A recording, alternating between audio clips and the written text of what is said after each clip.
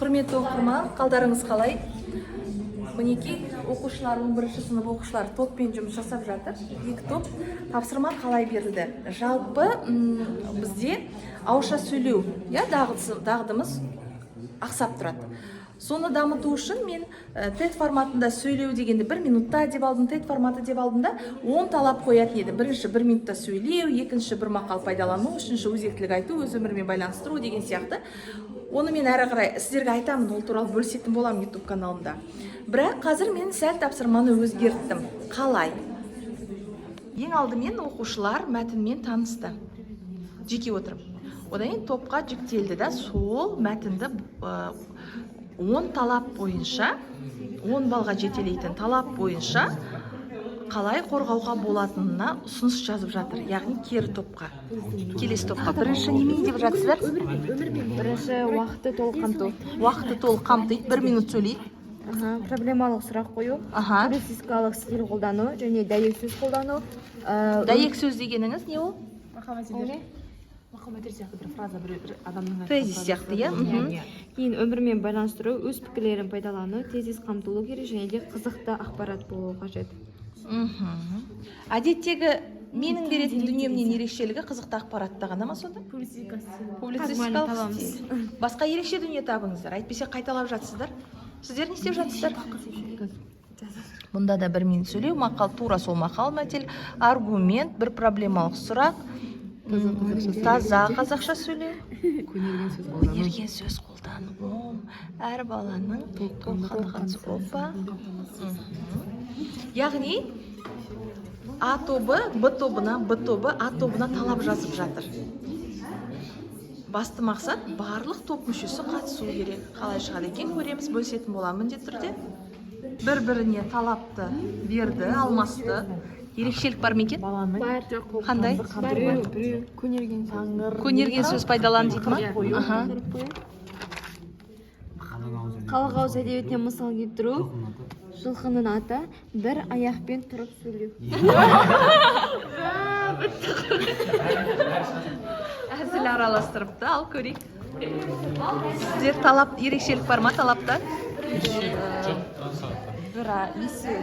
Бір вау дейтін жоқ ма? Сіздер бір аяқпен тұрып сөйлеу. Давай поставим. Жарайды? Давайте поставим. Ал, дайындыққа 4 минут уақыт. Одан кейін мен жаңа талапты ұсынатын боламын.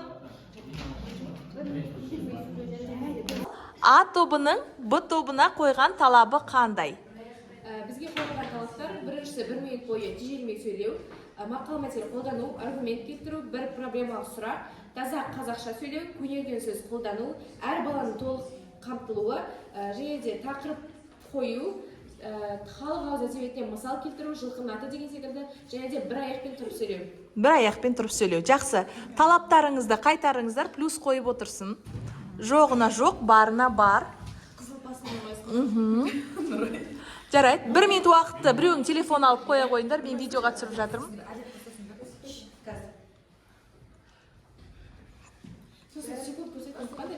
Қалған 10 секундта көрсетеміз. Дайындал. Жақсы таяқтан келеді демекші, бүгінгі айтатын тақырыбымыз 4 аяқ жүрек туралы болмақшы. Қазақ тобында жылқы туралы айтылған көптеген мақал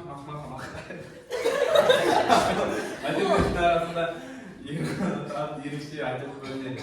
Себебі қазақ баласы жастайынан жылқыға деген бейімі жоғары болған. Оған дәлел Наурызбайдың топ жарарға қобыланның Тайбұрлы Кенесарының ақтасқасы емес пе? Бұған дәлел ботай мәдениеті біздің заманымыздан бұрынғы 5-4 ғасырларда өмір сүрген. Жалпы ол зерттеуін Қазақстаннан бастаған. 113 мыңдай жылқы сүйегі табылған ботай мәдениетін басында ғалымдар мойындамаған, бірақ кейін олар ол мәдениетте жылқылар қолға үйретілген деп пікір қалдырады. Талай алдаспандарын күн сәулесімен шұғылысып соғысқан жоңғарларға қарсы немесе қалмақ ойрат бүкіл қазақ даласында болған соғыстардың өзінде барлық батырларымыз, аға аталарымыз осы жылқының үстінде болған. Сондықтан осы жылқыға жүрген салған жер ботай мәдениет екенін ұмытпайық. Осыған сізге рахмет. Ең бастан бастап сізді ғана тыңдайық. Бір аяқ. аяқ қайда? Көп маңызды И аяқ қайда? Давай, Додо.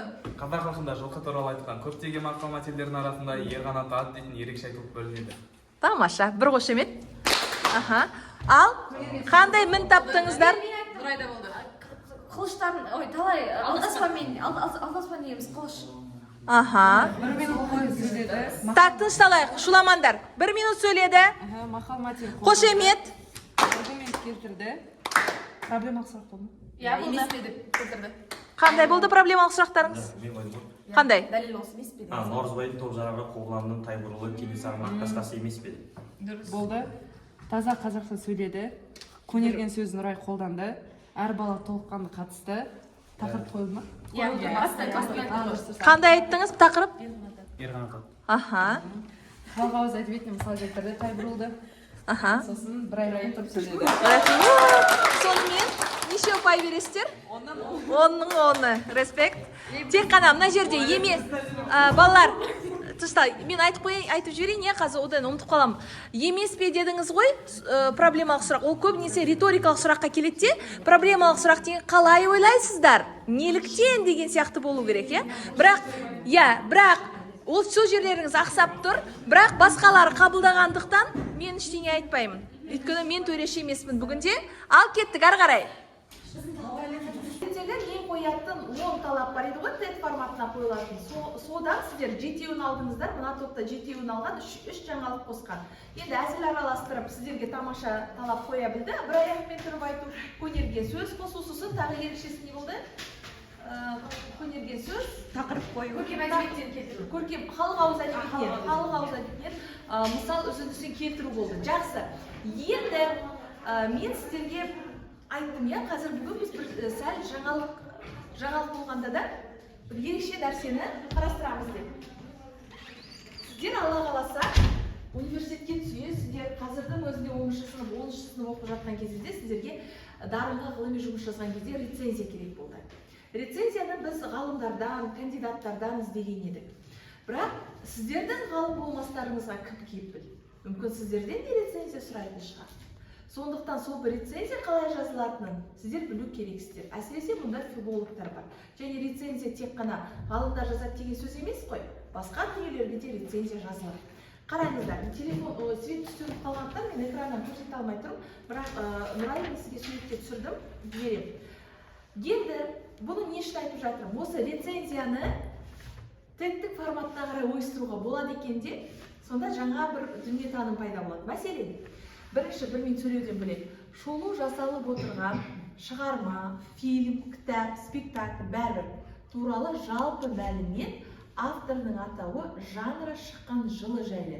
Сіздердің жағдайда біздің оқулықтың бәленші бетінде келтірілген мына автордың мына мәтіні бойынша беретін ақпаратымыз мынадай деген сияқты болса, факт болатын еді, сол нәрсе болса деді. Сосын тақырып мен идеясын келтірсе дейді. Рецензияда солай екен. Мысалы, тақырып ол жерде мысалы жылқыға жүген салған жер бар, мысалы деді. Оның осы мәтіннің идеясы осындай еді десеңіздер, не болып кетті жыбырлап. Жалпы шолып өтетін едіңіздер. Үшінші нәрсе, шығарманың мазмұнына қысқаша шолу, оң және теріс жақтарын атау, автордың идеясын жеткізу тәсілін көрсету. Ол идеясын айттық қой, бірақ ол қалай жеткізді, қандай тәсіл арқылы. Сіздерге тәсіл жайлы айтқанмын мен. Индукция, дедукция әдістер, жалпыдан жалпыға өту, жалпыдан жалпыға өту, немене тағы да иллюстрациялық тәсілдер деп айтатынмын, аналогия деп айтатынымыз, енді сәл ғылыми тұрғыдан айтып жатырмын.